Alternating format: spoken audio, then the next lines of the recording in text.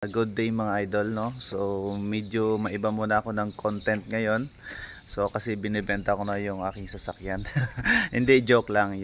Ito yung sasakyan na minamaniho ko. So ngayon ay binibenta na.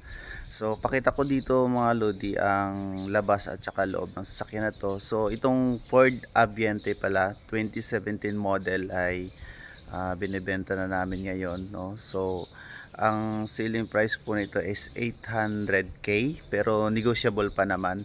So para sa may interesado po, kontakin nyo lang po ako sa number nasa description po ng video na to. Pakita ko sa inyo yung labas at yung loob na. Okay, ito po yung pag nasa malayo po siya, no? Yan, makinis po yan, bagong detail po yan, alang gasgas po yan. Pakita ko muna sa inyo ang labas, ikot ko muna kayo. Ayan, and then susunod yung loob, and then pakita ko rin sa inyo yung taas, no, sa bubong. Ayan,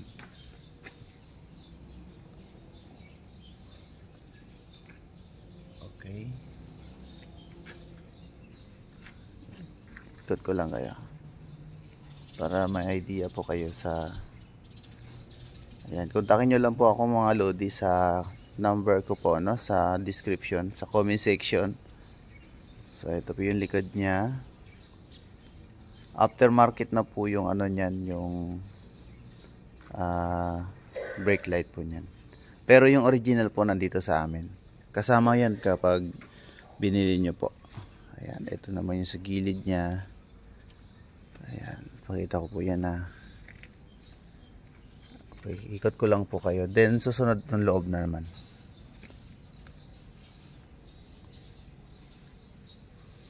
Okay, maganda po yan, maganda ang humatak to, mabilis. Ayan, so ito naman yung sa hood. Ayan, ang windshield, ayan.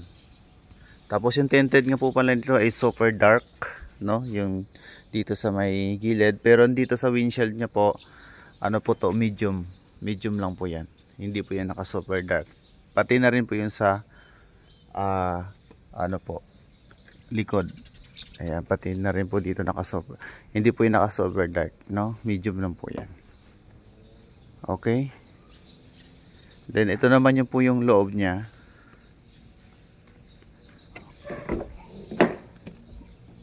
Okay, ayan po. Ayan. So siya, automatic po siya, no? Automatic. Meron pa siyang sport mode. Ayan, pakita ko rin mamaya yung sa dashboard niya po. Okay, ito siya, driver seat po ito. Ayan, ito yung sa taas. Ayan, sa front seat nya. Ayan, makinis po yan mga lodi, makinis po yan. Okay. So ngayon ko lang to na video. Okay, ito naman sa second row nya. Ayan, so 800k, negotiable pa po yan mga lodi, ha. Ayan, sa mga sure buyer. So kontakin nyo lang po ako sa bali dalawa yung ito, may apat na aircon, vent po dito ng aircon sa likuran. So 7 seaters po ito mga lodi, no? So ayan, tapos may charging port dyan sa second row. Ayan, at ito naman yung sa third row. Ayan, yan. Ayan, third row. Yung upuan kasi kulang ng kulang lang ng seat cover. So hindi ko na makita kung saan yung sa baba. Pero goods po yan. Ayan. Ayan. So ayan.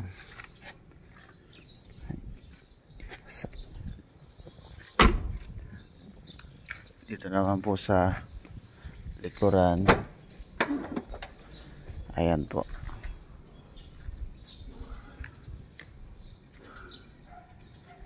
Ito po yung likuran niya.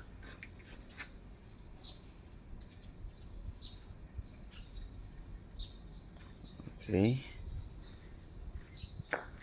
Sara natin.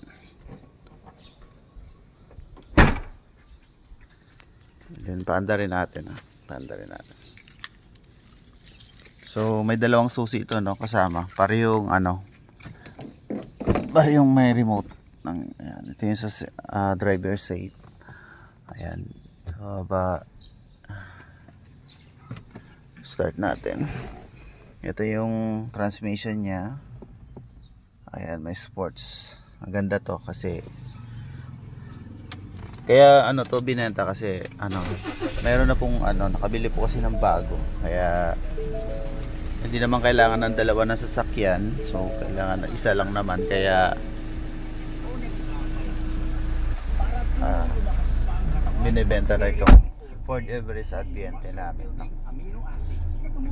So ayan, marami pang gas po yan. Ayan, odometer niya. Tinakbo nito is 100,556,365 kilometers po. So kaya po ganun po yung odo niya kasi po ito, ito talaga yung service namin. Pero po ito, every 10,000 dinadala namin to sa kasa po. Naka-maintain po ito every 10,000 kilometers po. So ayan po yung Ford Everest na binibenta po namin. So kontakin nyo lang po ako sa contact number po namin sa comment section po at saka sa description. Ito naman yung makina niya, mga lodi. Ito yung makina niya, umaandar po yan. So hindi ko pa nilinis ang makina yan para makita nyo po talaga kung ano yung tsura niya, no? Umaandar po yan. Ayan, no? Ayan. Hindi ko lang nilinis. Pero good na good po ang makina niyan. Maganda. Ayan, tahimik po yan. Ayan, malakas ang makina nito. Ayan, umaandar po yan. Ayan. Alikabok lang yan, alikabok lang. Ayan.